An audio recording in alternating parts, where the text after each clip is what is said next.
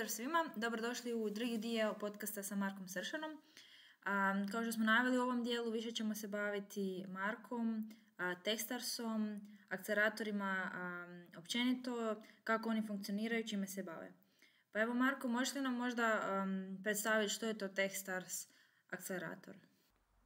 Da, znači Techstars je jedan od, ja bih rekao Techstars je jedan od 3 najveća svjetska akceleratora i kao što smo pričali vezano za stage-eve startupa, znači Techstars primarno investira znači u startupe i startupi koji dolaze u Techstars se nalaze u toj, ja bih to nazvao pre-seed stage-u, znači oni imaju, znači ti startupi imaju nekakvu ideju, ti startupi imaju 1, 2, 3 foundera, ti startupi su doslovno krenuli u proteklih 2, 3, 6 mjeseci, možda godinu dana, nemaju još svi proizvod, neki imaju, neki nemaju, većina ih nema i trebaju pomoć u znači osmišljavanju i da tako kažem productizing, znači pravljenju znači te ideje koju imaju u proizvod, u nekakvu tehnologiju,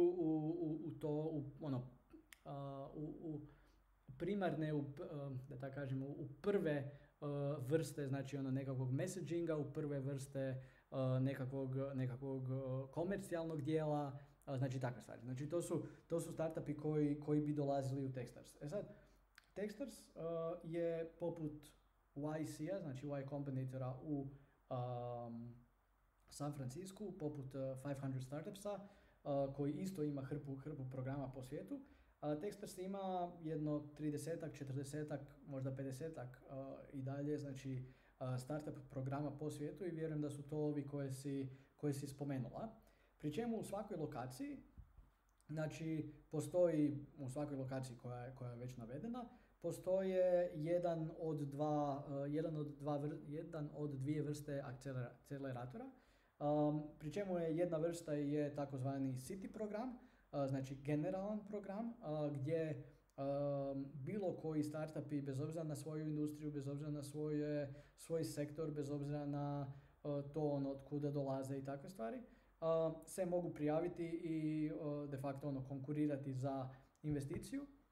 Dok postoje isto tako i korporativni programi koji su rađeni u partnerstvu sa određenim korporacijama i koji imaju specifično, znači određeni sektor, određenu temu, da tako kažem, na koju se fokusiraju. Dat ću primjer, znači u Londonu postoji Techstars London i postoji Techstars, odnosno postojao je Techstars Barclays, gdje zapravo Techstars London je takozvani City program, odnosno generalan program i unutar tog jednog programa od 10 startupa koji traje 3 mjeseca, znači svi Techstarsovi programi traju 3 mjeseca, tih 10 startupa dolaze iz raznih industrija, znači bilo da je to, biotech, bilo da je to znači nekakav SaaS startup, bilo da je to nekakav food tech startup, bilo da je to bilo kaj, ne? Dok sa druge strane postoji Barclays, znači Techstars program koji isto funkcionira na 3 mjeseca, isto će imati 10 startupa, ali svi oni startupi koji će biti u njemu će biti primarno orijentirani prema financijskoj industriji, odnosno fintechu. Znači oni će rješavati nekakav minijaturan, da tako, možda minijaturan, ne kažem minijaturan u smislu zato što je nevažan, nego jednostavno je mali nekakav kotačić unutar ogromne financijske industrije kojeg će taj startup rješavati i samim time će on biti interesantan Barclaysu koji im onda zbog Barclaysovog znači iskustva, industrije, poznanstava, infrastruktura i svega što Barclays ima, će im moći pomoći. To su dva različita znači tipa programa kojeg Techstars ima i na nekoj godišnjoj razini, znači svaki taj program od tih 50 lokacija koje Techstars ima investira u 10 startupa, što znači da kroz Techstarsove programe godišnje prolazi između 400 i 500 startupa, što je popriličan broj. I evo sad ako mogu povezati sa onim što smo prije pričali, upravo se tu radi u tome da je takva investicijska politika gdje je Techstars rekao i ima svjesno napisano da želi da je njegov portfolio ono startupa izrazito velik kako bi se onda rizik kasnije, znači smanjio. Sad portfolio Techstarsov je, ne znam, na 3000 startupa, jel tak, neka ogromna brojka, ne? Ali isto tako to se dogodilo kroz proteklih 12 godina, ne? Tako da oni su prvo krenuli sa jednim programom pa je bilo 10 startupa, pa su otvorili drugi pa je bilo 20 godišnje i tak dalje i tak dalje. I onda se to, kao kak je sad popularno reći, eksponencijalno, ne, je to raslo, ne? A koliko, znači, šta oni zapravo traže za uzvrat? Šta oni nude točno kad starter dođe ta 3 mjeseca, šta on zapravo dobiva i šta zapravo Techstars uzima, traži? Da. Znači, svi ti startupi, što kažem, znači svi ti startupi su u toj pre-seed fazi, gdje oni traže, znači traže tu svoju, imaju tu svoju nekakvu ideju, pokušavaju ju još bolje formulirati, pokušavaju, znači napraviti inicijalan MVP, inicijalan proizvod, takve stvari. I pri tome Techstars ih tokom ta 3 mjeseca spaja sa stotinjak mentora koji dolaze iz razno raznih industrija, koji dolaze iz razno raznih okruženja, koji imaju drugačija iskustva, koji opet potencijalno znaju razno razne ljude i customere s kojima bi ih mogli spojiti. Isto tako pomaže im sa znači, investiranjem, znači više manje svaki startup koji je prošao kroz Techstarsov program je duboko onda upoznan sa lokalnim investicijskim znači, mogućnostima, da tako kažem. Znači, svaki startup bi upoznao 40, 50, možda i više investitora lokalno, znači u ovom obliku, u ovom trenutku možda u Londonu ili u New Yorku ili u bilo gdje, već gdje god taj program je. I pomogao bi im sa tim da između ostalog ostvare i dođu do te nove runde financiranja. Ono što startupi u drugu ruku znači daju, ne? Znači Techstars bi investirao do $120,000 u svaki startup, pri čemu su ti znači uvjeti standardizirani. Znači ne bi dolazilo do toga da u jedan startup od tih 10 bi se investiralo drugačije ili po drugačijim uvjetima od drugih, nego je standardizirana znači ponuda, da tako kažem, i to bi bilo, znači tih više manje 120,000 funti bi bilo za 6% znači udjela u tom startupu. 6%? To je više, da. To je neki standard među svima? Pa ja bi rekao da je, znači ja bih rekao da znači i Y Combinator i 500 znači imaju poprilično iste znači te uvjete, to je ili 6, 7, 8% za 100, 120, 200,000 tak nešto. Znači, trebalo bi provjeriti, ja se sad ne sjećam koliko točno je, znam da ekipa to mijenjala, ali više manje je to nekakav standard. Za tu pre-seed, za taj pre-seed stage kojeg startupi, u kojem su startupi kada dolaze u takav akcelerator, da tako kažem. Ok. A kako si ti završio u Techstarsu? Kakav je bio put uopće do tamo? Da, pa mislim, ja sam studirao u Zagrebu na FER-u i na ekonomiji. Onda sam završio jedno i drugo, pri tome sam radio znači, u netokraciji, inicijalno tada, ne znam, 2010. 2012. I u Zagrebačkom inkubatoru poduzetništva, odnosno u ZIP-u.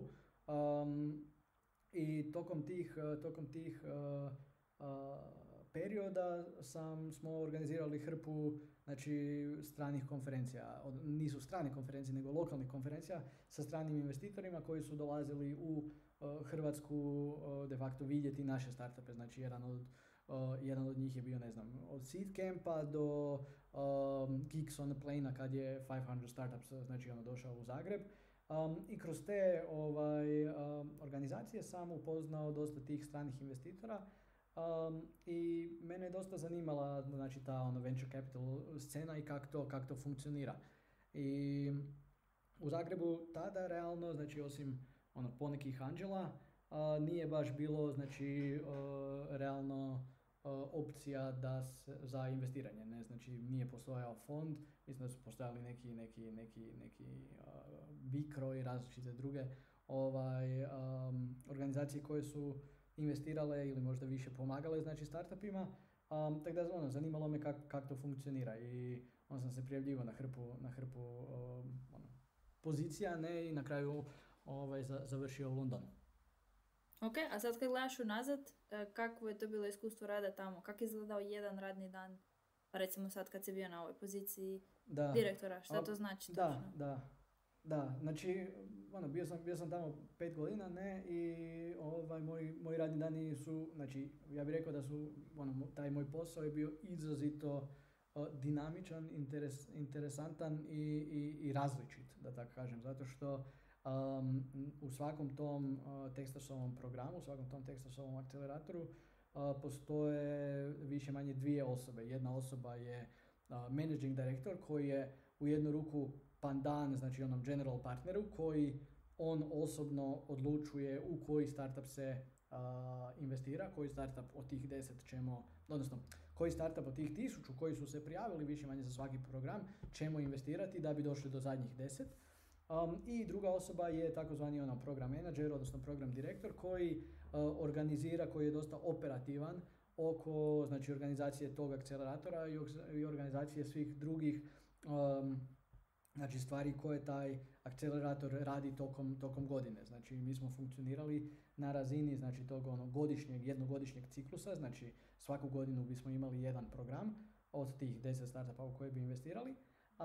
Ali program, odnosno ta godina se ne svodi samo na ta 3 mjeseca programa, nego prije toga bismo imali, znači, selekcije, znači tih startupa, selekciju tih startupa koja bi trajala jedno mjesec dana, mjesec i pol, gdje bismo, znači, imali preko 1000 startupa redovito koji bi se prijavili, trebali bi pričati sa velikom većinom njih, odabrati, dofurati isto tak druge nekakve mentore, druge ljude koji bi isto tak pričali, jer mi znamo da ne znamo sve i da trebamo dobiti drugačija iskustva i drugačije poglede na te startupe.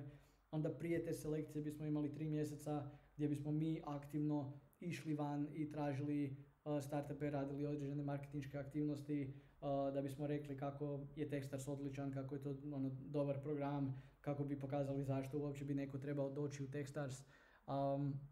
Jednostavno privući ljude da se prijave, ne, da tako kažem.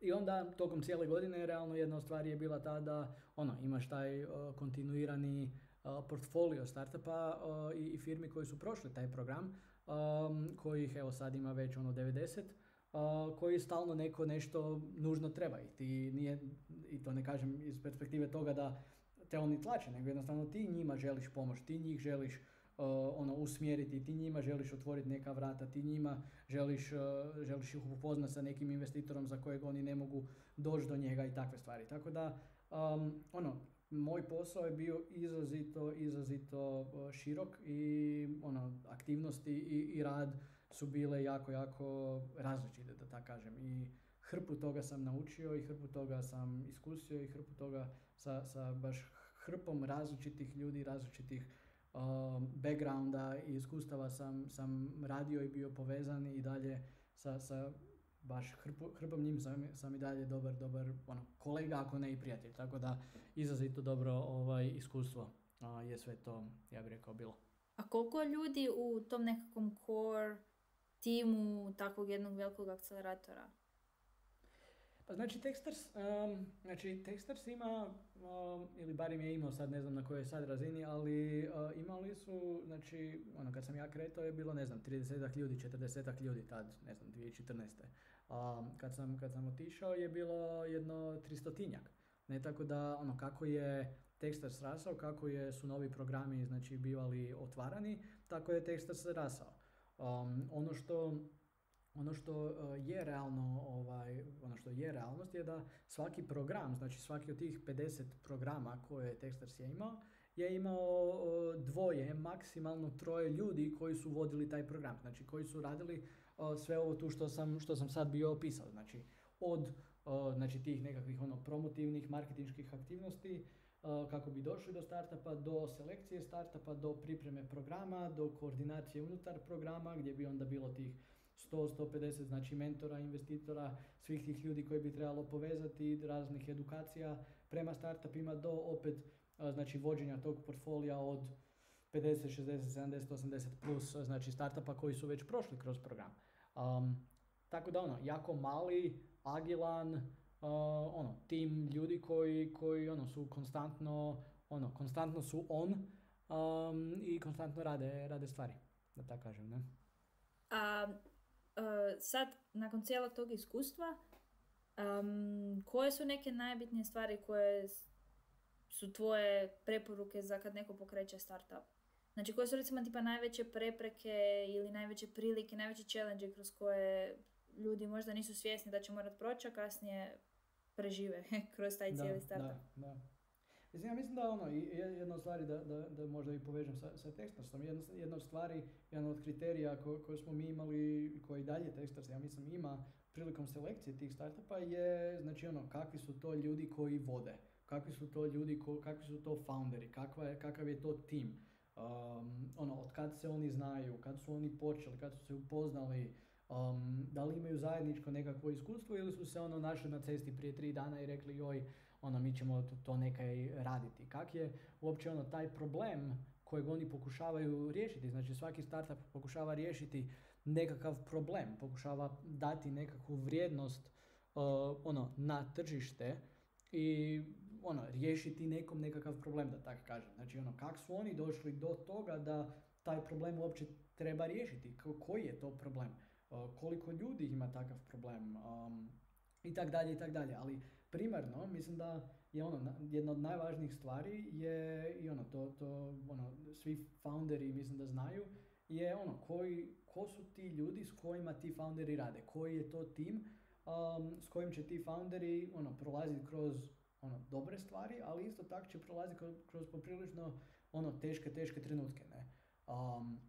Jer realnost je takva, znači ovo što smo pričali, znači ukoliko taj startup i bude, ajmo reći, uspješan i sad kroz godine, znači da bi se došlo do tog ajmo reći konačnog ultimativnog uspjeha, ne, proći će 5, 7, 10 godina, ako ne i više, i te osobe će provesti međusobno hrpu vremena zajedno, puno više nego što će biti doma sa svojim bližnjima, sa svojim ženama, muževima i djecom na kraju krajeva i izrazito je važno da je taj tim snažan, da tako kažem, ne? Da je taj tim usklađen i da je taj tim sinkroniziran.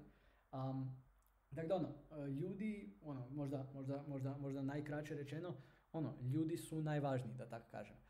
Ovo sve ostalo je varijabilno, da tako kažem. Znači, ako nešto ti ljudi ne znaju, naučit će. Ako nešto ti ljudi ne znaju, naći će nekog ko zna. Ako treba napraviti neki drugi, malo se pomaknuti i izbaciti iz nečega što su radili prije, prilagodit će se, bit će varijabilno, ali osobe kao osobe jest promijenit će se malo i postojat će nekakve promjene, ali realno ostaće one dosta iste. Tako da je važno na početku napraviti to da su oni stabilni, da tako kažem. A koji je neki tipični znači, profil jednog od tih 10 startupova? Da li postoji nekakvo nešto što je onak jako tipično, da su toliko stari iz tih država, iz tih područja, te tematike? Koji su najčešći startupovi bili koji su bili izabrani? Pa dobro, ja bih rekao, znači imali smo startupa koji su bili, ja ću reći doslovno klinci, ne? Znači klinci koji su završili fakultet, radili su nekakva možda istraživanja na fakultetu, proveli su 1-2 godine radeći na tome nečem i odlučili su joj, mi bismo to htjeli komercijalizirati, mi bismo htjeli napraviti proizvod zaista od toga, mi mislimo da neko drugi bi to volio koristiti, probati, vidjeti i tak dalje. Znači mladi ljudi koji nužno nemaju nekakvog biznis iskustva, koji nemaju nekakvog, koji jednostavno završili su fakultet, ne, jednostavno je to realnost takva, ne. Ali isto tako imali smo imali smo startupa gdje su founderi, znači trojica foundera koji su već 2 biznisa, da tako kažem, napravili, jedan prodali, jedan je bio neuspjeh, ne. I krenuli su raditi na tom nečem prije 2 mjeseca, ne? Ali imaju, znači, povijest rada zajedno, zadnjih 10 godina su radili, znači, zajedno i točno znaju, apsolutno su usklađeni, znači, znaju biznis, znaju više manje sve, ne? Samo, razmišljaju iz perspektive, gle, ja mogu, otići u Techstars, mogu dobiti dodatne validacije za svoje pretpostavke koje imam, znači ko će koristiti, da li je to nekom zanimljivo, da li nije, a mogu si ubrzati razvoj, samim time riječ akcelerator, ne, znači ubrzam si razvoj, znači umjesto da potrošim 2 godine dolazeći do nekakve validacije, dolazeći do nečeg što mi, će mi tržište, da tako kažem, reći, mogu otići u Techstars, mogu dobiti, ajmo reći, tu validaciju puno brže i mogu biti pametniji, ne? Neću izgubiti 1,5 ili 2, nego ću izgubiti samo 3 mjeseca ili uložit ću 3 mjeseca, ne? Da bi došao do toga. Tako da, taj spektar ljudi je različit, u smislu, imali smo i mladih koji su doslovno sa faksa, koji imaju brutalne ideje, brutalne tehnologije. Jedan startup je bio, znači, 6 PhD-evaca, doslovno sa Cambridgea, ne? Gdje oni realno, i to je možda za Afrikancija bila sa naše strane, ne? Ali oni od biznisa, znači, nisu znali ništa, ne? Jer nisu imali prilike, znači, iskusiti, probati, vidjeti, pročitati, jer bavili su se svojim PhD-em, bavili su se svojom tehnologijom, bavili su se svojim istraživanjem. Dok opet s druge strane smo imali isto tako i iskusnih, znači, startupa, iskusnih ljudi koji su dolazili iz druge perspektive i znali su točno kaj hoće, znali su točno kaj bi htjeli napraviti, ali trebala im je dodatna validacija i trebale su im dodatne stvari da si potvrde to kaj rade. Da, koliko su, znači, tu bitni taj nekakav engineering skills, a koliko je bitnije na kraju više te nekakve socijalne i management skillovi i onda kasnije i znat biznis i takve stvari. Šta na kraju ispadne vrijednije? A šta se lakše nauči? Pa ja mislim da je jedan dio što se lakše nauči, mislim da to ovisi od pojedinca do pojedinca. Mislim da svako možda više paše možda neka druga stvar, ne?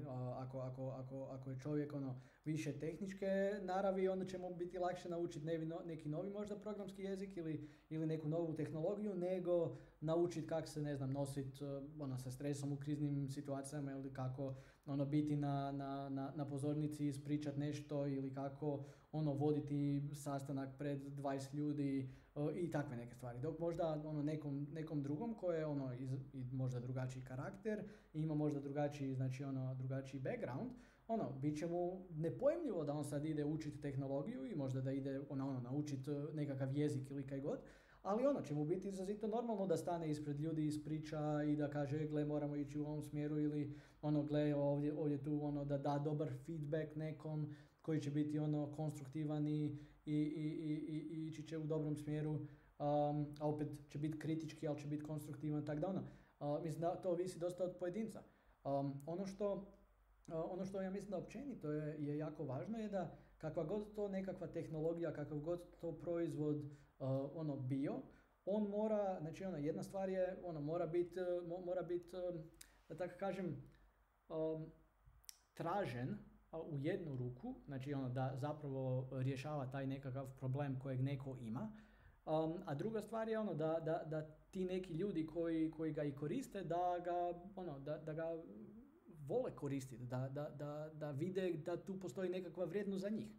Sad, mislim da je to kombinacija, znači jedna stvar je taj engineering i proizvod kao proizvod, ali druga stvar je onda isto tak koja je to poruka, koja je to komunikacija, koja je to da tako kažem marketinška aktivnost, što ćeš reći tim korisnicima koji ne znaju još nužno što mogu dobiti od tvog proizvoda, ali što ćeš im točno reći kako bi ih primorao da budu zainteresirani da dođu i da probaju, da dođu i da downloadaju, da dođu i da možda i kupe, ne? Ili i kad kupe da se vrate, da vide da aha, gled, to mi je i dalje korisno. Tako da mislim da je i jedno i drugo je izrazito važno, pogotovo u tom svi ti startupi o kojima pričamo su primarno tehnološke naravi, ne? Znači Važno je da je tehnologija na razini, ali isto tako mislim da je važno iz te perspektive, znači ljudske možda, interno, jedna stvar je interno da ti ljudi su društveni, da unutar tima je dobra atmosfera, da se zna dati feedback, da se zna primiti feedback, da se zna voditi ljude, da se zna ih motivirati, jer zna biti dosta teško. Ono što, recimo, mi smo imali dosta startupa koji su dolazili, recimo, mi bismo to zvali imaju takozvanu geographical arbitrage, znači geografsku arbitražu gdje bi razvoj, znači tehnologija, engineering i proizvod bi bio smješten više manje u, znači, lokalnim zemljama, prije svega nekakav Eastern Europe, znači istočna Europa, jugoistočna Europa, znači ne znam, od Estonije do Poljske, do Češke, do Hrvatske, do Bugarske, gdje bi tehnološki, znači ti startupi bi bili brutalni. Znači niko nikad nije imao problem, preveliki problem s tim kako nešto izdevelopat, kako nešto kreirat, kako napraviti dobar proizvod, kako, znači hoćemo kad dođe startup i kaže gle, mi hoćemo napraviti X, znači napraviti X nije nužno problem jer je talent u tim zemljama, tehnološki talent u tim zemljama je brutalan, ne? Ali ono što izrazito je nedostajalo svim tim startupima je, da tako kažem, taj biznis dio, odnosno taj možda, neću reći društveni dio, ali definitivno biznis dio, znači business skillsi, kojih jednostavno nije bilo iz nekog razloga, ne? Gdje je Techstars zapravo upravo tu mogao pomoći sa tim biznis dijelom, spojiti ih sa ljudima koji su radili hrpu marketinga, hrpu salesa i pomoći im oko te edukacije na tom dijelu. Sad možemo ući u razloge zakaj u tim zemljama možda taj biznis dio nije funkcionirao, odnosno jednostavno ta svijest, nije svijest, ja ne bih rekao svijest, jednostavno ti skillsi nisu bili možda na takvoj razini od malih marketa, od malih tržišta, znači svako to tržište, svaka ta zemlja je 1, 1, 2, 3 ljudi, znači ne postoji veliko tržište koje oni pokriju, ne. Do toga da jednostavno isto tako povijesne, znači povijesni aspekti tih zemalja su malo drugačiji nego na zapadu, ne. A sad smo došli zapravo do te teme, znači koja je ta nekakva glavna razlika između možda Hrvatske i Europe naspram tipa Amerike isto? Znači, da li je uopće, kako je Hrvatska kao podloga za pokretanje startupova ili koji su ti neki najčešći problemi i razlike? Pa, ja mislim da je to jako dobro pitanje. Mislim da, znači, ako usporedimo općenito, znači, Europu i Ameriku, znači, Europa i dalje, znači, da tako kažem, možda drastično kaska u odnosu na Ameriku. Znači, Amerika iz niza razloga, od geografskih i manjka, znači svega kaj se dogodilo u 20. stoljeću, ne, jednostavno ima strahovitu prednost, znači pogotovo u San Francisku i u tom dijelu, u smislu tehnologije, ne, gdje su ljudi od 60-ih, ne, kretali otvarati svoje firme, isprobavati, failati, ali isto tako i uspijevati i jednostavno taj mindset je tamo takav da danas otvorim nešto, za godinu dana ako ne radi zatvorim, idem dalje, nađem neke drugo, probam opet. Dok je u Europi je to malo drugačije. Mislim da je jedna stvar je ta možda stigma oko neuspjeha, ali mislim da se to poprilično promijenilo i mijenja konstantno. Mislim da ima hrpa poticaja, ima hrpa, puno više se priča oko toga da se krene, da se nešto otvori, da svako može, da svako ima moć tu, da tako kažem, da to napravi. Dok prije toga možda nije bilo, ne. Tako da, poprilično se to isto mijenja i sigurno iz perspektive, znači, kapitala, znači ima definitivno u zadnjih 10 godina Europa dolazi, da tako kažem, u korak, i dalje kaska, ne, ali taj korak, taj napredak je puno veći u Europi nego negdje drugdje u smislu, znači, iznosa kapitala koji se investira. Hrpu toga je potpomognuto iz Europske unije, znači od Europske investicijske banke i drugih izvora, ali isto tak i privatni znači izvori, znači od, opet ovo što smo pričali, od sveučilišta do drugih izvora, znači postoje i oni investiraju i žele i razumiju, nije samo da žele, nego razumiju zašto je to važno, jer su vidjeli da na drugoj strani Atlantika se nekaj takvo događalo, ne? E sad, gdje je Hrvatska u svemu tome, mislim da je teško reći, ne?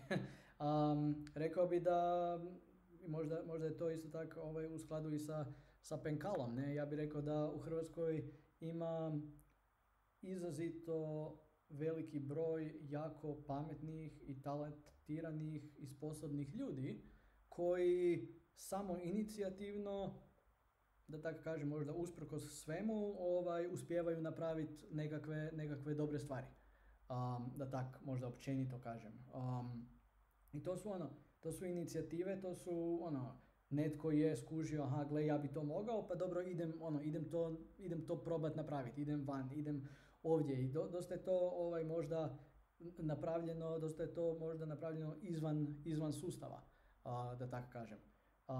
Ali isto tako mislim da kroz godine se dosta i radilo na tome, da postoje dosta tih potpora, da postoji dosta tih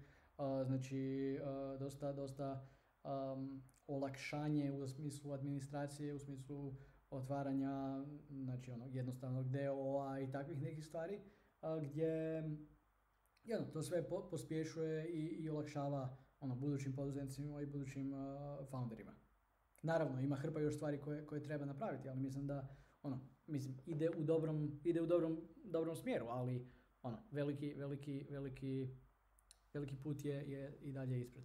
A jel hrvatski startupi isto tako imaju pristup Techstarsu? Jel bilo hrvatskih startupa tamo? Je, znači većina, da tako kažem, znači od svih tih startupa koji su kroz naš program prošli, velika većina je bila izvan UK-a, znači izvan Engleske, izvan Velike Britanije, odnosno Ujedinjenog Kraljevstva, jel? Tako da smo imali redovito, izrazito multikulturalnu i znači multinacionalnu grupu ljudi od tih, znači 10 startupa svake godine.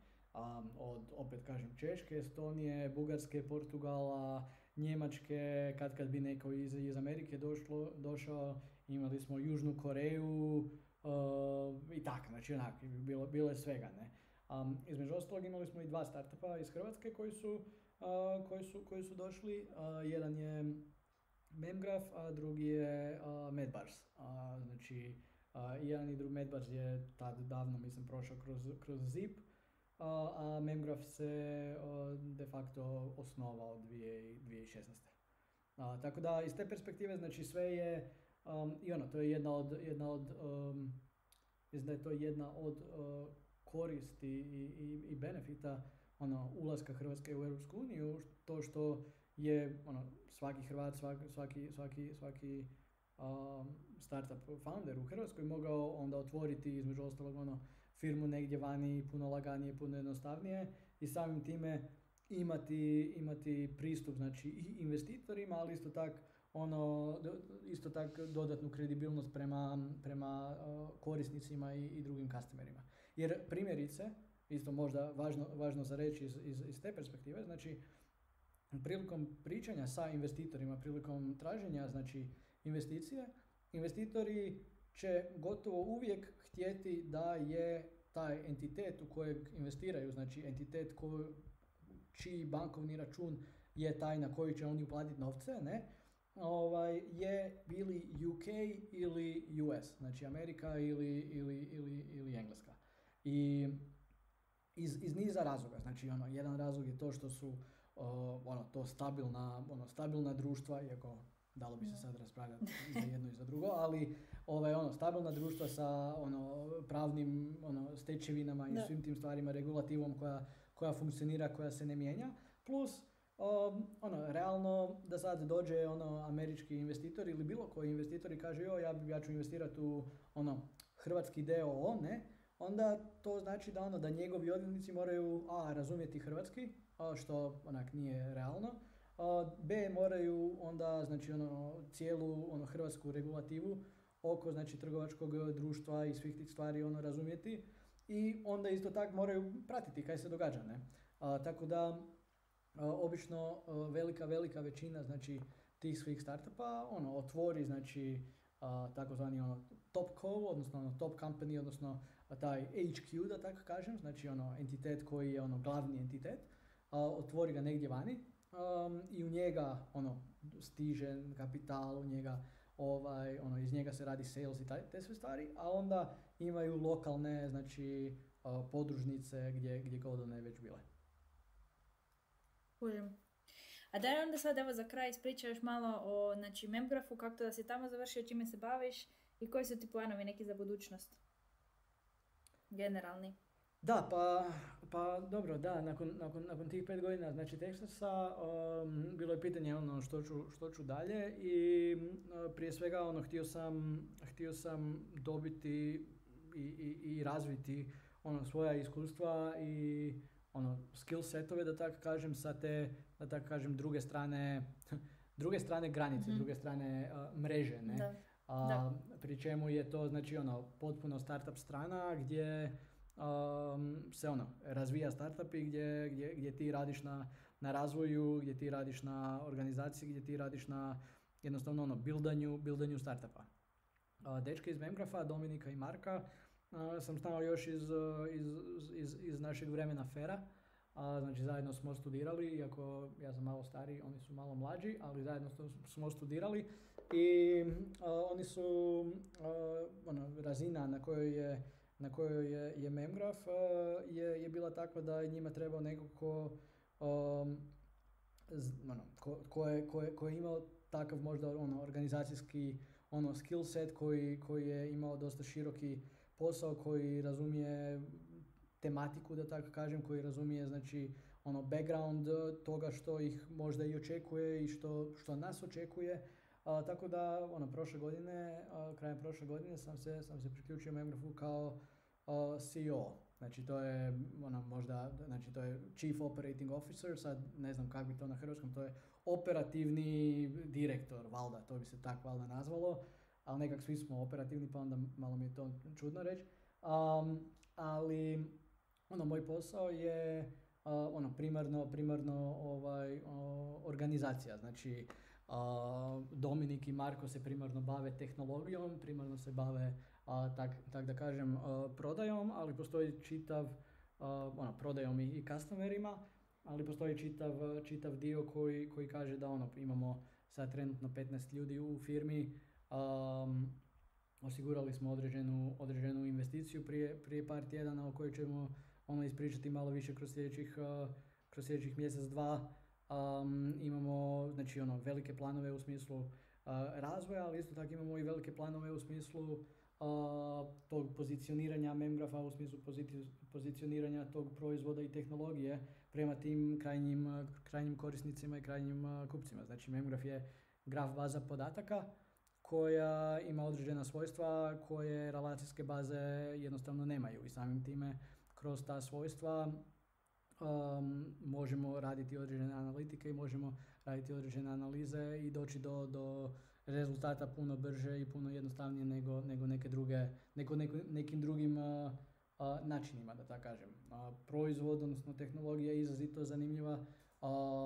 Radi se, dečki su radili, znači kreirali, gradili, znači bazu skoro 2 godine sa hrpom izazova, znači pravi, da tako kažem, software engineering, deep tech, znači proizvod, infrastrukturni proizvod, tako da hrpa izazova i hrpa challenge-a, ne, da tako kažem, postoji, ne. Tako da, evo.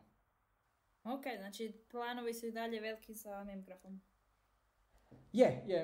Mislim da planova i izazova ne nedostaje i naravno treba biti strpljiv, treba staviti stvari u kontekst, znači ovo tu što smo i pričali, znači ti startupi se razvijaju 7, 8, 10 i više godina i jednostavno svaki stage u kojem u kojem je startup ima svoje izazove, ima svoje načine za rješavanje, ima svoje, znači isto tako i benefite i poteškoće, tako da treba to sa takvom perspektivom, ja mislim, gledati od tih par godina, ne i budućnosti. Da. I evo, ajde za kraj, ako imaš, daj nam neke, obično pitamo naše goste, tipa 1-2 knjige za preporučiti, za pročitati. Mogu biti ili vezane za startupove, za venture capital, za takvu tematiku ili nešto osobno što ti je drago. Da, pa dosta sam u zadnjih 2-3 godine možda, rekao bi da sam više knjiga kupio nego što sam ih pročitao. Ali možda 2 koje su mi baš bile dosta dobre su znači knjige koje imaju tematiku, osobnu, da tako kažem, tematiku, u smislu planiranja života i možda planiranja karijere i takvog možda wellnessa, da tako kažem, da, ne znam da li je to možda dobra riječ. Jedna knjiga zove se, znači, How will you measure your life, i ona je pisana znači, napisao ju je Clayton Christensen. Clayton je jedan od skoro pa vjerojatno najvećih, znači, management, da tako kažem, umova 20. I vjerojatno 21. stoljeća. On je preminuo ove godine. I on se primarno bavi, znači, inovacijama, znači, i da tako kažem, disruption theoryjem, znači, teorijom disrupcije, ili kak se god to kaže na hrvatskom. Uglavnom, cijela knjiga je orijentirana prema tome što je čovjeku potrebno i kako bi se čovjek, pogotovo mladi čovjek, trebao orijentirati na određene stvari u životu, kako bi trebao donositi odluke, pri čemu je najveća da tako kažem, najveći fokus dan na to da je cijeli taj život kojeg svi mi živimo, čitav niz odluka kojeg smo donijeli od dok smo bili, mislim, možda ne mali, ali dok smo postali punoljetni, da tako kažem. Znači, sve to, svaka odluka koju donesemo ima nekakvu težinu, ima nekakvo značenje i na kraju onda utječe na ukupnu sliku tog života kojeg ćemo svi mi živjeti, ne? Tako da to mi je bilo jako između ostalog jako zanimljivo, jer i dok sam odlučivao neke stvari, dok i dalje odlučujem neke stvari, uvijek se nekako zapitam, a dobro, kaj to znači, jest da je kratkoročno, sad danas do sutra, ne, možda se vidi koje su implikacije tog nečega, ali što to znači za nekakav srednji rok i dugi rok, da. Ali osim toga, mislim da dosta ima hrpa podcasta koje slušam, ima hrpa blog postova, ne znam, The Knowledge Project, onda ne znam, od Farnham Streeta, Paul Graham ima dobre eseje i dobre blog postove. Tako da mogu može, to ćeš mi sve dati, pa ćemo staviti dolje u komentare. Odlično, ajde, baš mi je bilo zanimljivo, mislim da sam stvarno, ja sam jako puno naučila, vjerujem da će i ostalima biti jako korisno, posebno ovako iz prvog iskustva čute neke stvari. U sljedećim nekim podcastima ćemo zapravo pokušati što više zapravo featurat razne te upravo neke mlade hrvatske firme koje su proizlašle uglavnom iz akademije, pa neke i ti si nam preporučio za neke, tako da imamo za sad puno planova, pa ćemo vidjeti kako će to ići. Puno ti hvala i nadam se da se čujemo isto uskoro u nekom drugom izdanju, formatu, bilo podcast, bilo na nekakvom događanju ili nečemu. Može, dogovoreno. Može, super. Bok. Ajde, bok.